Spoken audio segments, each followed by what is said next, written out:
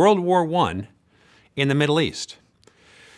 Now, commonly, we think of World War I as a European war, but its impact in the Middle East was profound.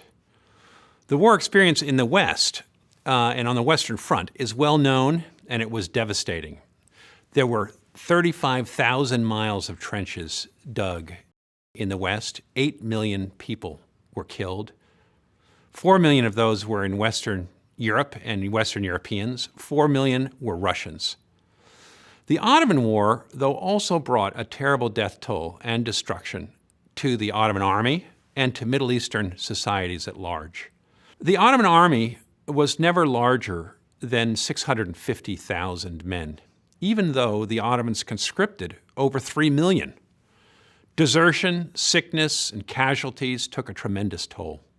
Total war dead were 770,000.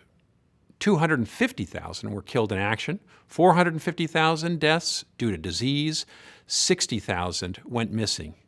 Wounded were 760,000, but 1.5 million probably deserted throughout the war. The war also brought terrible devastation to the civilian populations of the Middle East. Anatolia, the region that's today Turkey, after World War I was in total chaos. About 25% of the population, as close as we can estimate, died. They were either killed or displaced. Anatolia went from 13 million people to 10 million people. The Armenians were ethnically cleansed and many were killed, about 1.5 million in Anatolia. 600,000, we believe, were killed. The rest were driven out. The Greek Orthodox Christians in the west of the country, another 1.5 million, were driven out in the years right after World War I. Perhaps 300,000 were killed. Christians, who had made up close to 1/5 of the Anatolian population, were almost entirely destroyed. Today, Turkey is less than 1% Christian. Of the Muslim population of Anatolia, about 2.5 million were killed. Population transfers were also immense. About 400,000 Muslims were kicked out of Greece and sent to Anatolia. This was in exchange for the Greek Orthodox, who were being sent from Anatolia to Greece and numbered well over 1 million. Arab populations also suffered tremendously from starvation and the chaos of war. An estimated 500,000 Arab civilians died of war-related causes in the Ottoman Empire due to famine and disease. In the little region of Mount Lebanon, the population of which was about 400,000, some 100,000 died in the Great Famine of the war, and many left to the United States and other places. So how did World War I begin? We all know of the assassination of the Austrian Archduke Francis Ferdinand in Sarajevo, which is a city was in Yugoslavia and Serbia, on June 28th, 1914.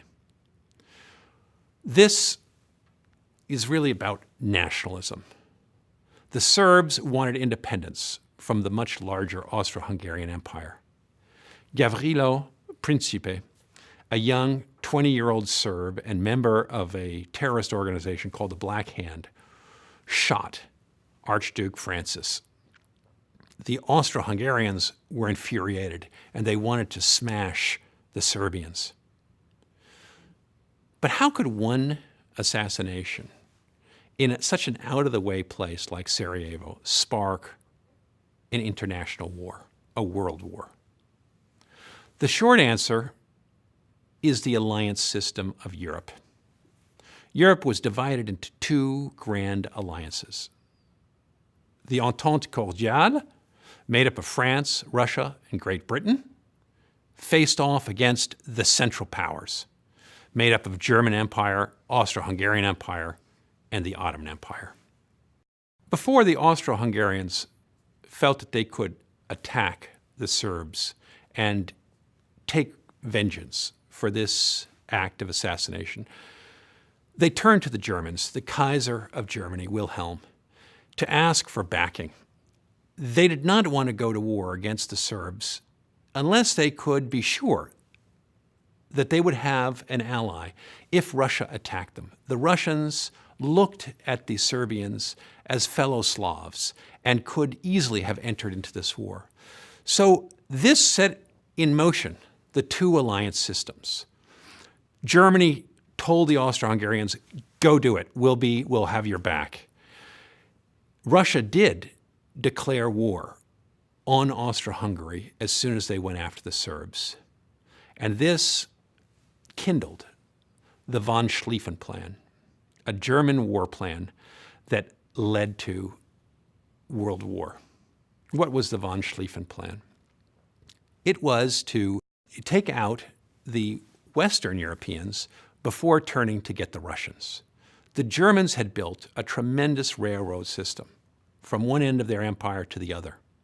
They wanted to use their technological advantage in order to move all the German troops across the railroads, take out France first, because France was an ally of the Russians. They believed that Russia was so backwards, it didn't have railroads, it didn't have a good road system, that it would take at least 4 months for the Russians to mobilize their troops, get them to the front lines, arm them, so that they had a window of these 4 months in which to conquer France and then move their troops back on the railroads across to the Eastern Front in order to confront the Russians. This meant that they had to attack France. So the shot in Sarajevo led to a German attack through Belgium into France.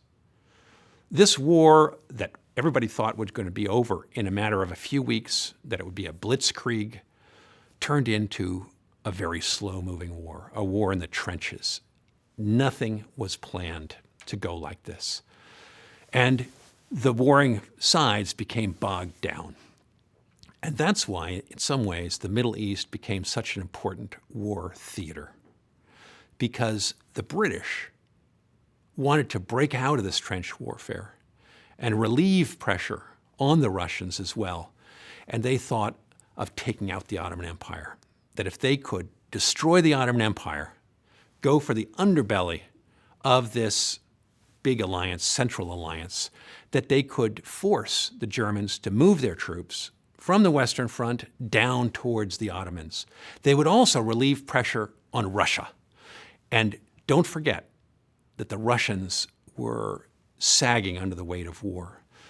They were unable really to fight the First World War, and they would collapse in the Russian Revolution, 1917. The British were looking at this. They were very anxious that the Tsar would drop out of the war, and they wanted to relieve pressure on the Russian military. And that led to the Middle Eastern war theater. The Entente powers declared war on the Ottomans in November 1914. The strategy was simple. While Russia attacked the Ottomans in the north, in the east, Great Britain was going to attack the Ottoman Empire from 2 points. One, going up through Iraq from Basra up the Tigris River to attack Baghdad. And the other, more important plan was to send an army to take Istanbul. The British believed that they could cut the head off the snake, go right for Istanbul, and then the whole Ottoman Empire would fall out of the war, and this would open up a new front in the south. Unfortunately, these well-laid plans went completely awry. At Kut, on the Tigris River, about 160 miles south of Baghdad, the British faced their first large-scale defeat of the war. 10,000 British soldiers surrendered. They were taken prisoner. Many of those soldiers were Indian recruits who'd been brought over from India and sent up this Tigris River under British command.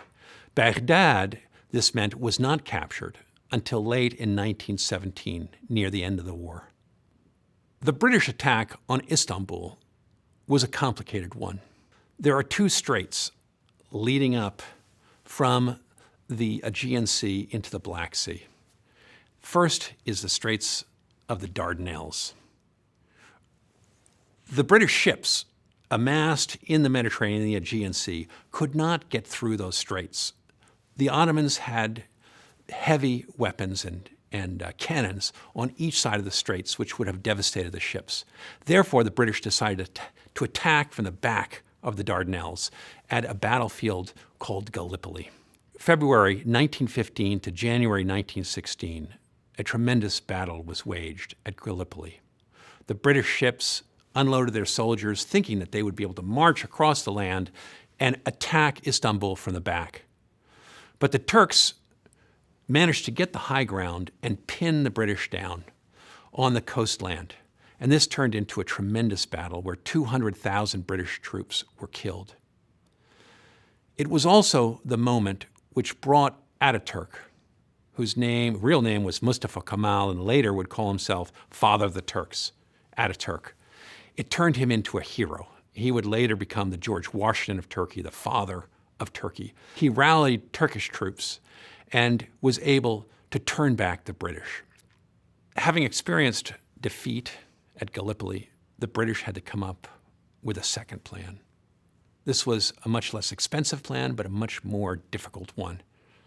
It was to divide the Ottoman Empire and conquer it. The British, in order to divide the Ottoman Empire, tried to rally the Arabs around Arab nationalism and to build up an Arab army that they could use to attack the Turks.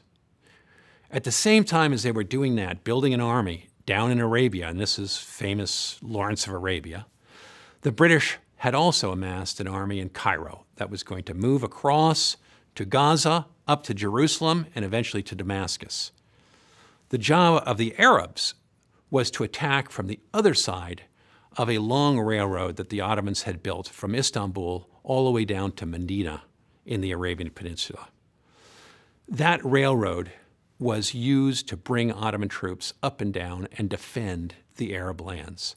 So the Arab Revolt, the Arab troops, were supposed to come up from Medina and Mecca along the eastern side of the railroad, attacking the railroad at numerous points in order to drive the Ottomans out as the British moved their troops up to Jerusalem and eventually Damascus. Jerusalem was taken in December 1917, Damascus on October 1918. This strategy ultimately worked. It led to the defeat of the Ottoman Empire, and which surrendered unconditionally, called the Mudros Armistice in October 1918. The British plan to build up Arab nationalism and what is called the Arab Revolt, this military, starts in Mecca. The Sharif of Mecca, Sharif Hussein, is a Hashemite governor of the province of Mecca, governor under the Ottoman Empire. The British made contact with him early on in the war and began discussing the possibility of an Arab revolt. Why Mecca? Why Sharif Hussein? First of all, the British strategy was if they could get an Arab pretender to the throne, to a new caliphate, they could use Islam against the Ottomans. Sharif Hussein seemed like the best candidate. He was the governor of Mecca, the holy city. He was a Hashemite, the tribe of Muhammad. So he's a direct descendant, which is the word Sharif means a member of the holy family of the Prophet. And this gave him extra legitimacy. He was also on the outs with the Ottoman Empire. And the British believed they could win him to his side, promise him a kingdom, and he would fight. He would rally Arab troops and be able to call jihad and rally Muslim troops as well. This was the strategy. Also, Mecca, the big railroad that the Ottomans had built down from Istanbul, did not reach beyond Medina, big city in central Arabia. It didn't reach to Mecca. So this meant that the British could organize the Arab tribes in Mecca without having the Ottomans be able to dump a big army right at their doorstep. They organized Arab Revolt, and it was able to move up through the desert towards Jerusalem and harass the Ottomans all the way through. But this left the British with a number of promises which are going to be at the heart of our next lecture, the three big treaties. The impact of World War I on the Middle East was tremendous. It destroyed the Ottoman Empire, which had ruled over the region for almost 400 years. In its place, a number of nation-states were built, borders rather haphazardly drawn that are being contested today in places like Syria, Kurdistan, Israel, Palestine. It encouraged Arab nationalism and put the British on the side of Arab nationalism. But promises were also made for independence in the Middle East, an independence that was going to be thwarted by both the British and the French, who took and occupied many of the Middle Eastern states through the new League of Nations in what were called the mandates. Mandates to act, in a sense, as a colonial power over places like Syria, Lebanon, which the French acquired, and Iraq, Jordan, Palestine, which the British acquired. And this left a legacy of colonialism and bitterness in the Middle East.